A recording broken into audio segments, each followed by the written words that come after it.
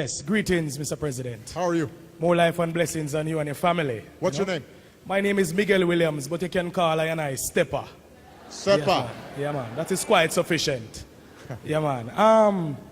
My question has to do and surrounds U.S. policy as it regards the legalization, the decriminalization of marijuana. How did I anticipate this Yeah, question? man. Yeah, man. And it's yeah, man. How did I guess this question? Yes, and Mr. President, it really comes on the foreground of we face economic challenges with the IMF, etc.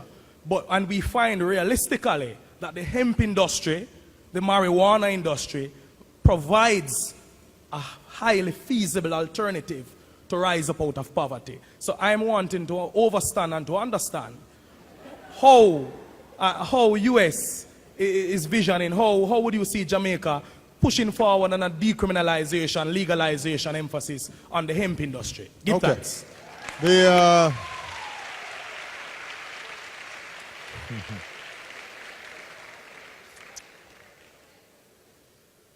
Well, let me, I do want to separate out what are serious issues in the United States and then how that relates to our foreign policy and our interactions with the region.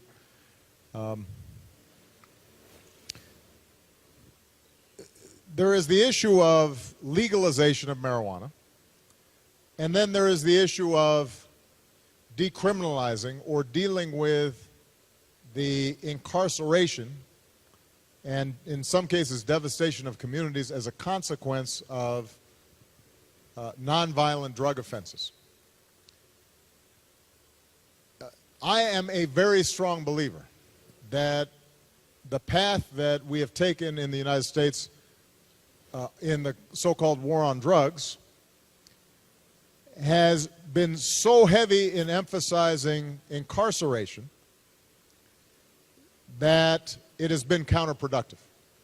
You have young people who did not engage in violence, who get very long penalties, get placed in prison, and then are rendered economically unemployable, are almost pushed into then the underground economy, learn crime more effectively in prison. Families are devastated. So it's been very unproductive. And what we're trying to do is to reform our criminal justice system. And the good news is there has actually been some interest on the part of unlikely allies like the evangelical community or some otherwise very conservative Republicans, because it's very expensive to incarcerate people, and a recognition that this may not be the best approach. So that's one issue. There's then the second issue of legalizing marijuana, whether it's medical marijuana or recreational use. There are 2 states in the United States that have embarked on an experiment to decriminalize or legalize marijuana, Colorado and Washington State. And we will see how that experiment works its way through the process.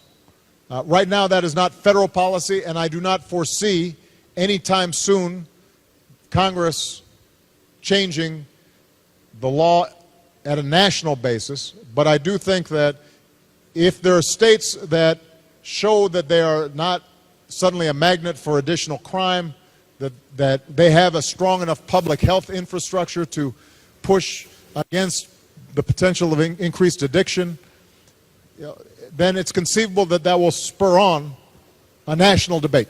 But that is going to be some time off. And then the third issue is, what will U.S. international policy be? And we had some discussion with the CARICOM countries about this.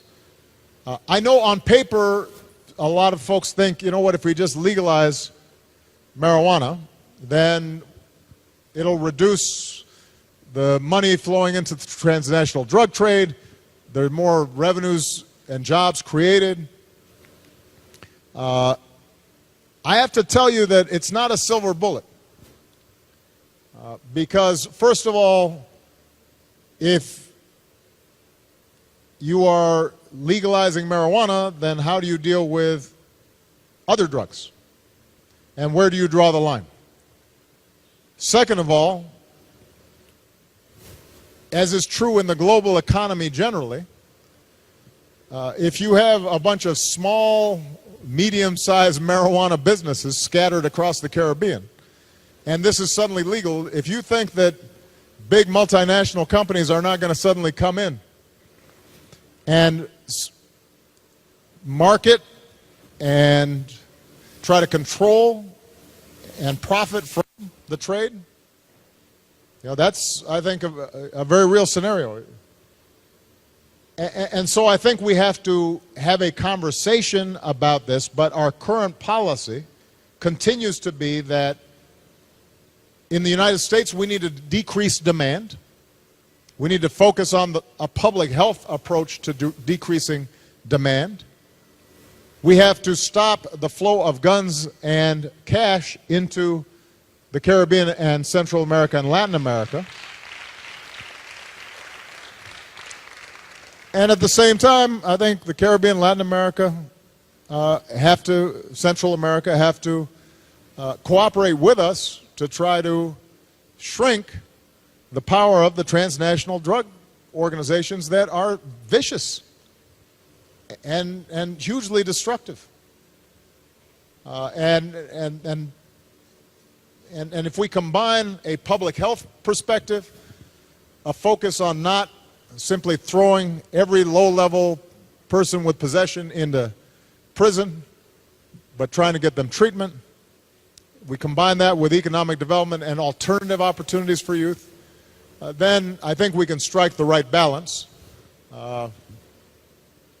It may not, comport with completely with your vision for the future, but I think that we could certainly have a smarter approach to it than we currently do. Got time for one more question? One more question.